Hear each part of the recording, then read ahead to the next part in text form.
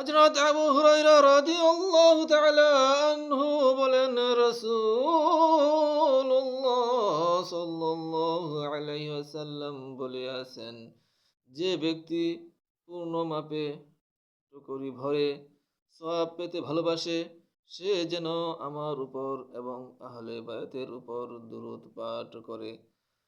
তখন সে যেন বলে, আল্লাহুম্মা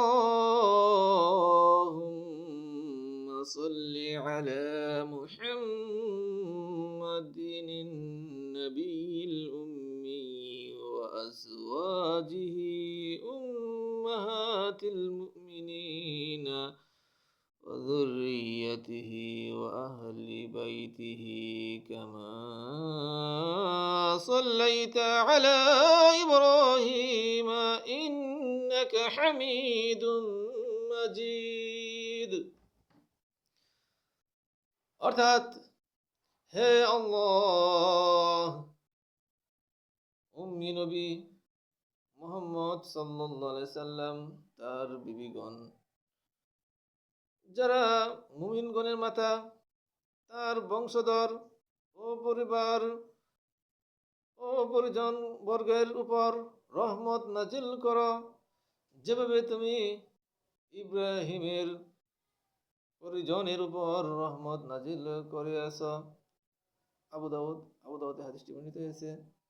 এই হাদিসের ব্যাখ্যায়, উম্মি, যে ব্যক্তি শিক্ষকের নিকট কোনরূপ শিক্ষা লাভ করেনি, আপন উম্মের মাতার নিকট যা জেনেছে তাই তার বাইরে জ্ঞান সম্বল,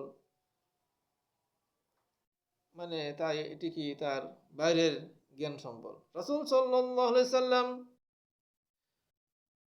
ও এই ধরনের একজন উম্মি ছিলেন।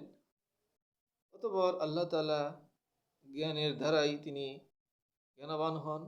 অতএব এটা তার একটি মুজিজা বটে। এই কথাটা যেন বলা হয়েছে যে কি, মার কাছ থেকে আমরা যে জ্ঞানটি শিখি বাইরের, রাসূল সাল্লাম এরকমই, মানে মার কাছ থেকে যে জ্ঞানটা শিখছিল এটি ছিল বাইরের জ্ঞান, এবং আল্লাহ প্রদত্ত জ্ঞানের দ্বারাই তিনি জ্ঞানবান হন। অতএব এটা তার একটি মুজিজা।